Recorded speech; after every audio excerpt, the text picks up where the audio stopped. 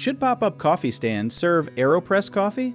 Yes, they should offer AeroPress coffee as a small, premium option, especially when they want to serve carefully brewed cups without buying a large espresso machine. An AeroPress uses gentle pressure to push hot water through ground coffee and a paper filter, creating a clean and flavorful cup in a few minutes.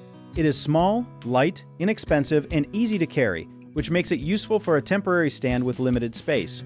The brewer can make one cup at a time, so the barista can adjust the recipe for different beans or customer preferences. A simple starting recipe uses about 15 grams of coffee, 250 milliliters of water, and water just below boiling. The coffee steeps for about 1 to 2 minutes before the plunger is pressed slowly. One useful detail is that the paper filter catches much of the coffee oil in tiny particles, so the drink usually tastes smoother and less muddy than coffee made with a metal filter. Another lesser-known benefit is that the brewer creates a small live demonstration, because customers can watch their coffee being prepared and may be more willing to pay for a carefully made cup. To make service practical, the stand should prepare hot water in advance, keep several brewers ready, and use a timer and measured scoops so each order tastes consistent.